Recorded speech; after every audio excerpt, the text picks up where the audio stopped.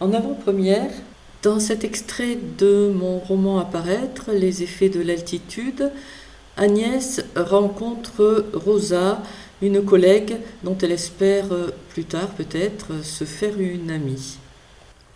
Agnès enfile son blouson, heureuse de s'échapper pour une heure, loin de cette atmosphère pesante et espérant rencontrer des gens plus avenants au restaurant.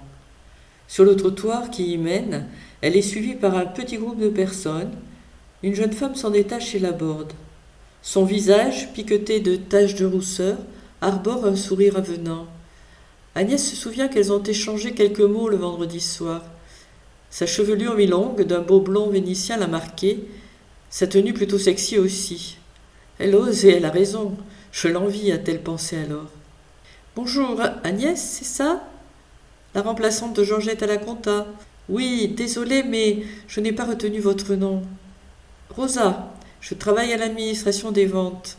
On aura l'occasion de bosser ensemble. D'ailleurs, on peut se dire tu, non? Bien sûr. On déjeune ensemble? Je vois que tu es toute seule. Ce serait sympa de faire un peu connaissance. Sans attendre la réponse, Rosa interpelle ses collègues. Je vous lâche, je déjeune avec Agnès aujourd'hui. Agnès est ravie. Après cette première matinée désolante, elle retrouve le sourire, car cette Rosa lui plaît bien. Elle espère s'en faire une amie, la devinant à peine plus âgée qu'elle. Au cours de ce premier repas, au restaurant d'entreprise, Rosa lui livre quelques bribes d'informations, des cancans, sur la personnalité de son collègue, solitaire, bourru, maniaque, pessimiste.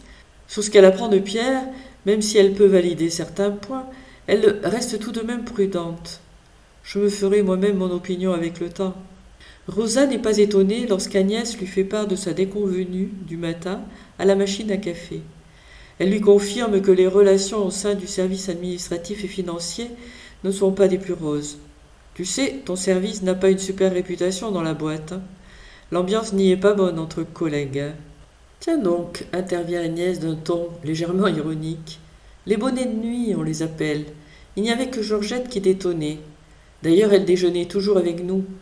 Toutefois, elle appréciait Pierre, malgré ses airs bourrus. Et le chef Marc-Antoine, tu en penses quoi? Je n'ai jamais affaire à lui, mais il se murmure des choses. Agnès soulève les sourcils. Des choses? C'est peut-être des ragots, mais il paraît qu'il serait, très pressant avec les femmes. Les hésitations de Rosa inquiètent Agnès. Très pressant? Du harcèlement sexuel? Quand même pas. Enfin, j'en sais rien. Écoute, c'est des on-dit. Il faut en prendre et en laisser. Le regard baissé, sans doute mal à l'aise, Rosa change brusquement de sujet et amène la conversation sur des questions plus personnelles et moins gênantes.